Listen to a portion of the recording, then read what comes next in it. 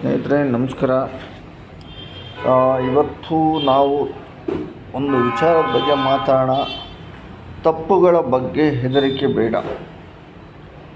ಪ್ರತಿ ದಿನವೂ ಹೊಸ ದಿನ, ಅದನ್ನು ಉತ್ಸಾಹ ಭರವಸೆಯಿಂದ ಎದುರುಗೊಳ್ಳಿ. ನಿನ್ನೆ ಈಗಾಗಲೇ ಕಳೆದು ಹೋಗಿದೆ. ನಿಮ್ಮ ಮನಸ್ಸಿನಿಂದ ಆ ಹೊರೆಯನ್ನು ಇಳಿಸಬಾರದೇಕೆ? ದೇವರು ಮಾತ್ರ ಪರಿಪೂರ್ಣ.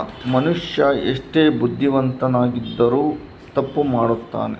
ಹೀಗಾಗಿ ಮಾಡಿದ ತಪ್ಪನ್ನು ಬದಿಗಿಟ್ಟು ಅದು ನಮ್ಮ ಮೇಲೆ ಹೊರೆಯಾಗದಂತೆ ನೋಡಿಕೊಂಡು ಮುಂದೆ ಸಾಗಬೇಕು. ಪ್ರಗತಿಯ ಹಾದಿಯಲ್ಲಿ ತಪ್ಪುಗಳು ಆಗುತ್ತವೆ.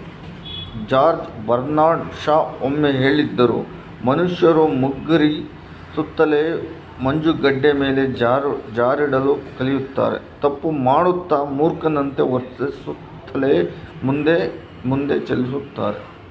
ಗುಹ ಮಾನವ ಆಧುನಿಕ ಮಾನವನಾಗಿ ಬದಲಾವಣೆ ಆದದ್ದು ಪ್ರಯತ್ನ, ತಪ್ಪು, ಟ್ರಯಲ್ ಎರರ್ ಮೂಲಕವೇ. ತಪ್ಪುಗಳ ಬಗ್ಗೆ ತಲೆ ಕೆಡಿಸಿಕೊಳ್ಳದೆ ಪ್ರಯತ್ನ ನಡೆಸುತ್ತಲೇ ಹೋದ.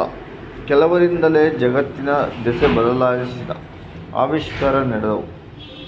ಕಮಲಾಳ 14 ವರ್ಷದ ಮಗಳು ನಿಮ್ಮಿ ತಾಯಿಗೆ ಅಡಿಗೆಯಲ್ಲಿ ಸಹಾಯ ಮಾಡಲು ತರಕಾರಿ ಕತ್ತರಿಸಿ ಕೊಡುತ್ತೇನೆ ಎಂದಾಗಲೆಲ್ಲ ಆಕೆಗೆ ಸಿಗುತ್ತಿದ್ದ ಪ್ರತಿಕ್ರಿಯೆ, ನೀನು ಹಾಳು ಮಾಡಿ ಬಿಡುತ್ತೀ, ಆದರೆ ಒಮ್ಮೆಯೂ ಕೆಡದೆ ಪದಾರ್ಥ ಸೀದು ಹೋಗದೆ ಅಡಿಗೆ ಕಲಿಯಲು ಸಾಧ್ಯವಿಲ್ಲ ಎಂಬುದನ್ನು ಕಮಲ ಅರ್ಥ ಮಾಡಿಕೊಳ್ಳಲಿಲ್ಲ.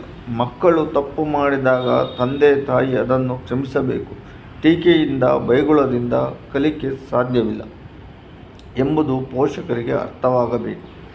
ಸದಾ ಬೈಯುತ್ತಲೇ ಇರುವುದರಿಂದ ಯಾವುದೇ ಪ್ರಯೋಜನವಿಲ್ಲ.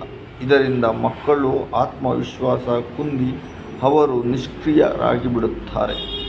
ಕೆಲ ಕಾಲ ನಂತರ ಮಕ್ಕಳು ತಂದೆ ತಾಯಿಯನ್ನು ದ್ವೇಷಿಸಲಾರಂಭಿಸುತ್ತಾರೆ. ಮಕ್ಕಳಿಗೆ ಕೆಲಸ ಮಾಡಲು ಬಿಡಿ. ತಪ್ಪುಗಳ ಮೂಲಕ ಅವರು ಕಲಿಯುತ್ತಾರೆ, ಮುಂದೆ ಚಲಿಸುತ್ತಾರೆ.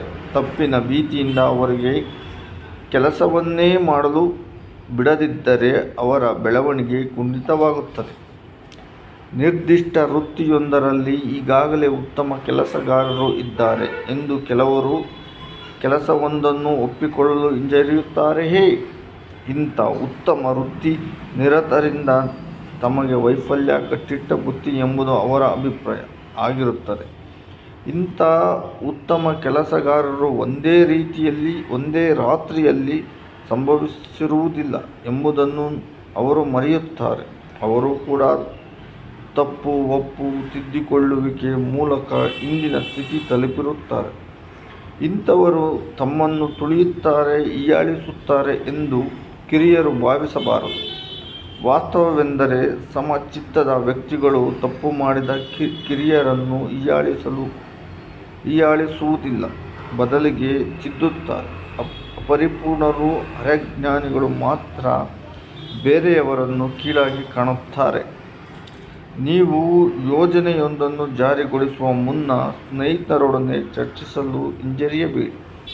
ಅವರು ಯಾವುದೇ ತಪ್ಪನ್ನು ಎತ್ತಿ ತೋರಿಸಿದರೂ ಹೊಟ್ಟೆ ಕಿಚ್ಚಿನಿಂದ ಹೀಗೆ ಮಾಡುತ್ತಿದ್ದಾರೆ ಎಂದು ಭಾವಿಸದಿರಿ. ಅವರ ಸಲಹೆಗಳನ್ನು ವಸ್ತುನಿಷ್ಠವಾಗಿ ಪರಿಶೀಲಿಸಿ. ಇಂಥ ಸಲಹೆಗಳಿಂದ ನಿಮ್ಮ ಯೋಜನೆಯ ಯಶಸ್ಸು ಇನ್ನಷ್ಟು ಖಚಿತವಾಗುತ್ತದೆ. Thank you.